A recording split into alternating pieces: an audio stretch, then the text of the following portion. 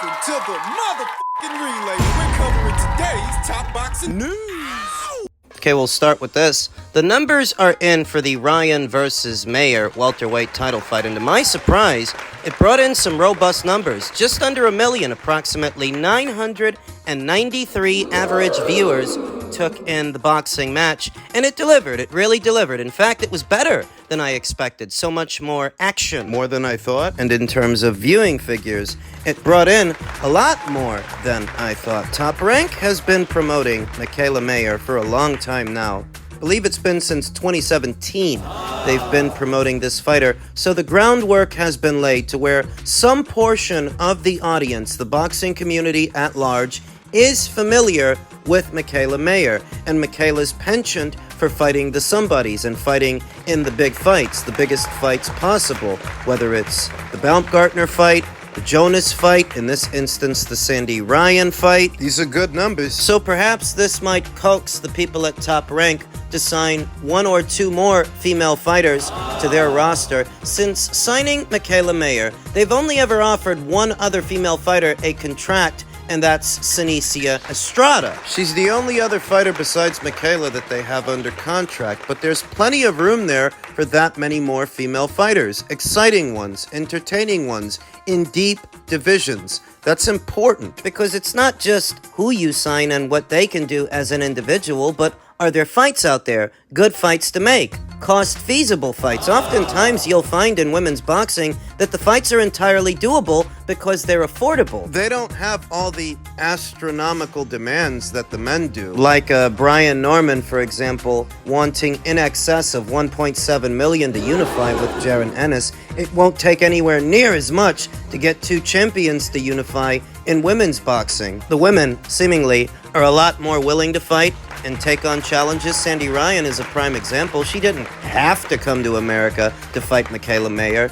She wanted to, and she did. Put on a show. I don't think Top Rank had to break the bank or twist her arm to get her to do it. So where would Top Rank start? If they were in the market for another Valkyrie, another female fighter, they can start with Mikaela Mayer's old buddy. They can start with Virginia Fuchs, who I think would be a good fit at Top Rank. That is, unless Matchroom signs her first.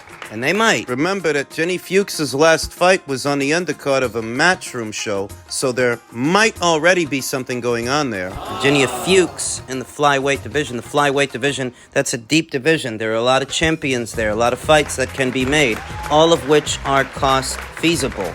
Mostly because the champions that are there, of which there are 4, not a single one of them is with a major promotional outfit. These girls, God bless them, they don't make that much to begin with, so it doesn't take that much to get them in the ring. Gives you an opportunity to get a lot of things done. Top Rank already happened to promote a good number of Mexican fighters, Mexican nationals, a lot of male ones. What about a female Mexican national? What about unbeaten Marilyn Badillo in the flyweight division? 24 years old, young, whole career ahead of her, south of the border. It's not uncommon for women to box on television. It's not uncommon at all. Women have been boxing on television down there for years, whereas America is still just starting to catch up. But because of that connection between what's north of the border and what's south of the border, the audience that Top Rank already caters to when they market their Mexican nationals, why not add a female to the roster? Pair her fights up with Jaime Munguia's fights. It's the same audience. You do a Jaime Munguia fight, you're trying to appeal to the Mexican fight fan. And it just so happens Mexico produces a lot of female fighters, and they have for years. You sign a Mexican national,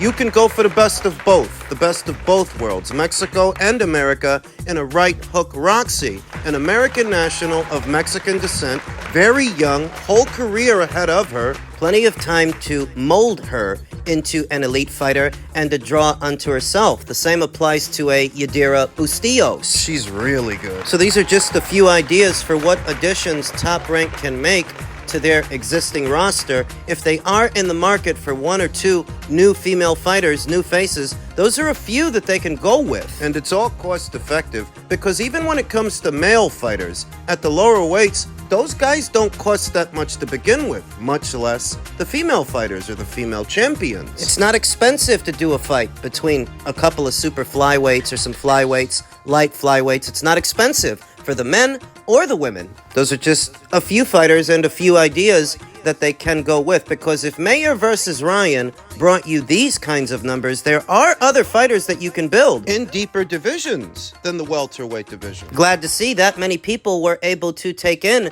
the Mayer versus Ryan fight, because it really delivered and it was a great advertisement for the sport.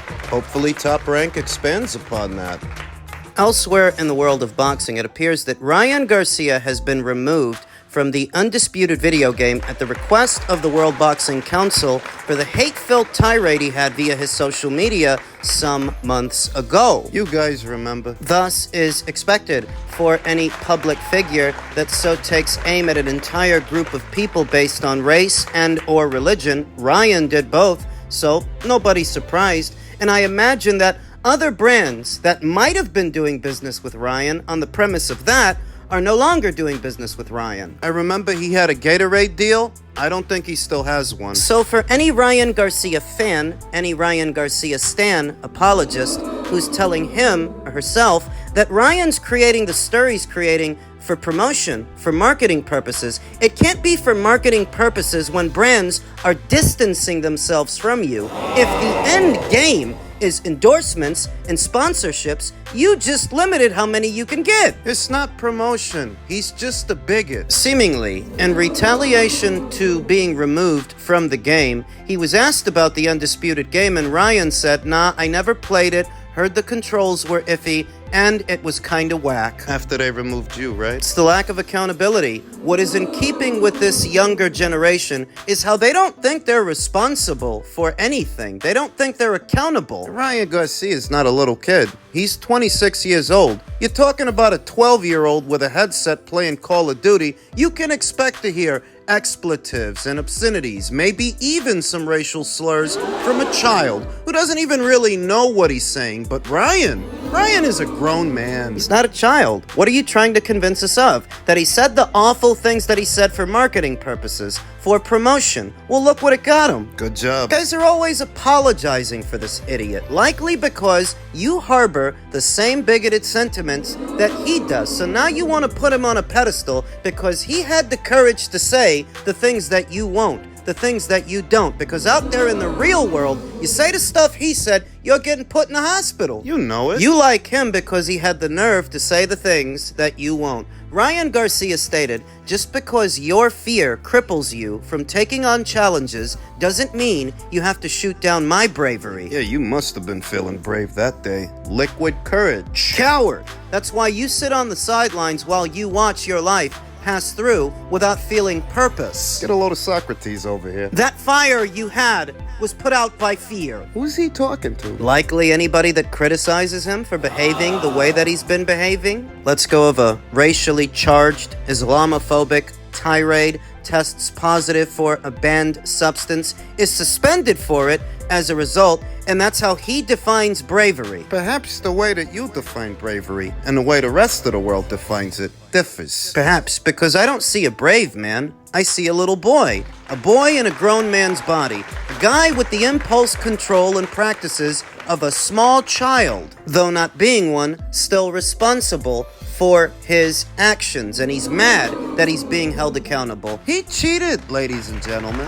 I don't give a rat's ass how much you dislike Bill or how much you dislike Devin. That doesn't make Ryan innocent. Doesn't make Ryan likable. That doesn't make him the hero of this story. Far from it. What he is a self-entitled male bimbo, a mimbo who got ahead of himself because of his social media following, because he doubles as an influencer. Well, let me tell you something. There are a lot of influencers. They come and they go. Social media is mass producing influencers all the time. You're just one among them. You got too big for your britches. You got ahead of yourself thinking you could say the stuff you said and nobody would check you on it. You thought that you could cheat and get away with it. You thought at worst you'd get a slap on the wrist. How do I know he cheated? How do I know that he thought he could get away with it?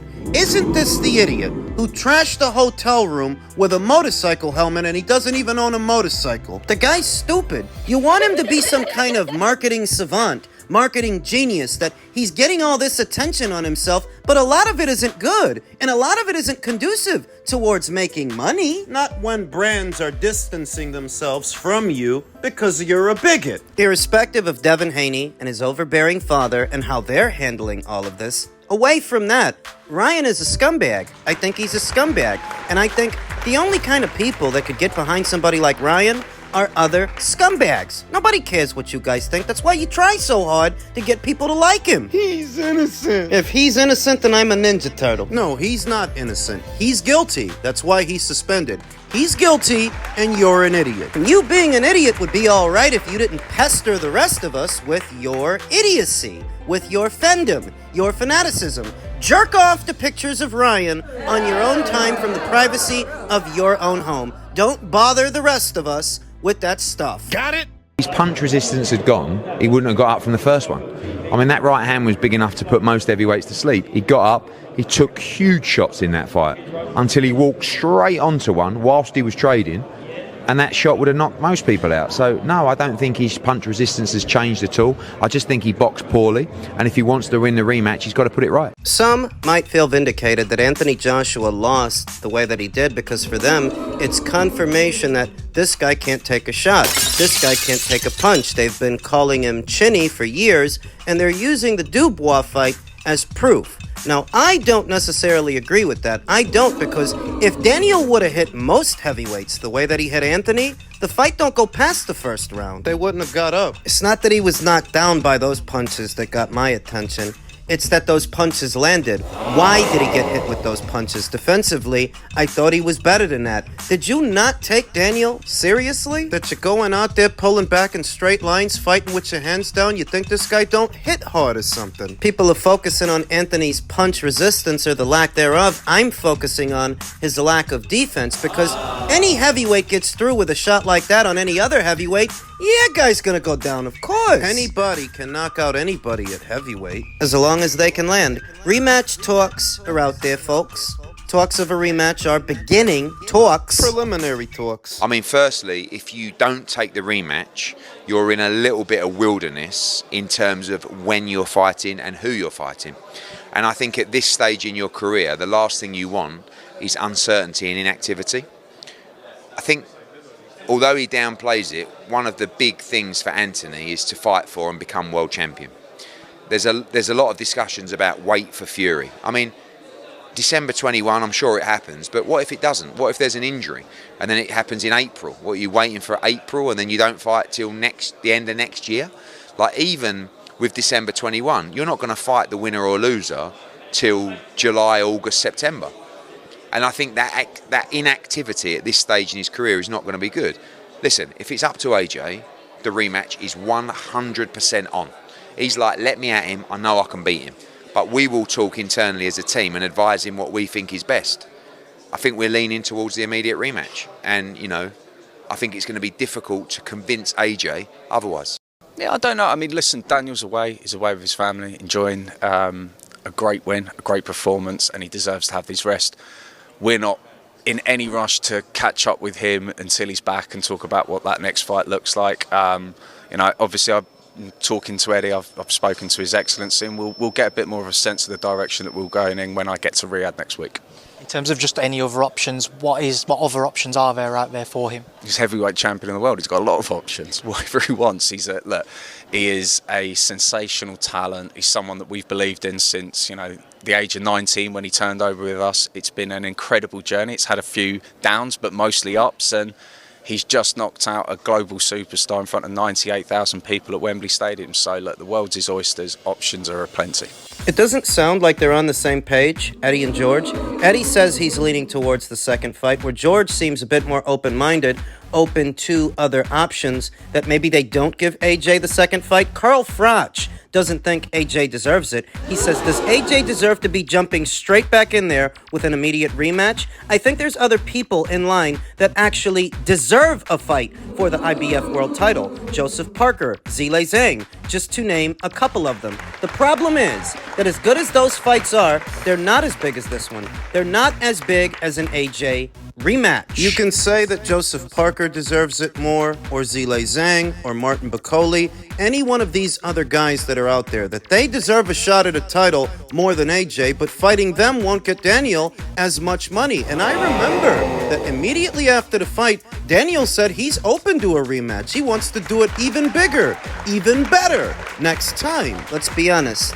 When Carl says that AJ doesn't deserve a second fight, it's just a veiled attempt to keep throwing shade at that guy. No, he doesn't want AJ to get a rematch because he's scared he might win. Been doing this shit a long time. Throwing shade at that guy. Even if you don't like AJ's chances, or I don't like AJ's chances, that's not why Carl is saying what he's saying. He doesn't want AJ to get another crack at the apple, because if he wins, he don't get to keep talking shit. He's been giddy with excitement ever since the knockout happened. He doesn't want to be put in a position where he has to give AJ his flowers if he can find a way to win and become a 3-time heavyweight champion. Ultimately, it's not up to Carl Froch to decide. It's up to Daniel, it's up to his team. And the most money out there for Daniel right now is the AJ fight. He already knows he can hurt him. He already knows he can beat him. That fight was a whitewash. Anthony was never in that thing. He was hurt early on. So if you're Daniel, and you know that an Anthony Joshua fight pays you the most, and you already know you can beat him, why wouldn't you fight him again? Zhilei Zhang expressed his interest in getting in the ring with Daniel. He wants that opportunity. I would love that fight. That's a great fight. But anything can happen in that fight. Daniel's come-forward aggression might work against him, against the statuesque, strong counterpuncher. I've been telling you, as impressed as people are with Daniel, I didn't see a whole lot different from him. It's Anthony that looked different. Daniel did everything I expected him to do. He was aggressive, letting big punches go. Against the counterpuncher, that could be his undoing. So while Carl doesn't think AJ deserves a second fight, he doesn't really want to see that. And George Warren, Frank's son, is entertaining other options. Remember, you're weighing those options against the big money in an AJ rematch that you know you can win. AJ was the favorite going into the first fight. I do not think he would be the favorite in a rematch. And maybe it is risky, giving him another crack at the apple, now that he knows what you can do and knows to respect you. But a Bakole fight is risky. A Zhang fight is risky. They're all risky. Which one pays you the most? That's the one you go with.